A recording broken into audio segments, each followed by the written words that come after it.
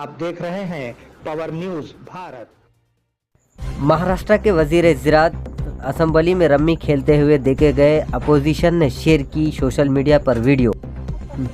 Operation सिंदूर को लेकर parliament में बहस मुबाहिस के लिए मरकज़ तैयार। मरकजी वजीर किरण रिजिजू दोलकर सलमान के फिल्म स्टार वजीर आला रेवंत रेड्डी से की मुलाकात। फिल्म इंडस्ट्री के मुख्तलिफ मसाइल पर की बात।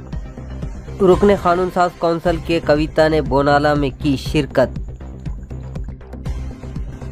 बोधन मंडल के अमदापुर में जोशो खरोश से मनाया गया बोनाला त्योहार। वाईएस जगन वाईएस भारतीय शराब घोटाले में मुलव्विस।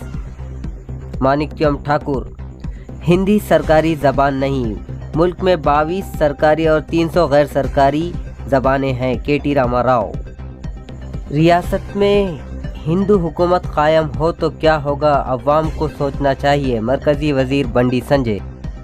वाना माह उत्सव के तहत बोधन बल्दिया की जानिब से शजरकारी मुहिम। नशीले मंशियात की रोकथाम के लिए निज़ामाबाद पुलिस की बेदारी मुहिम जारी। इस प्रोग्राम को पेश करने में हमारा ताउन किया है new Patel mobile sales and service, शरबती किनाल, बोधन।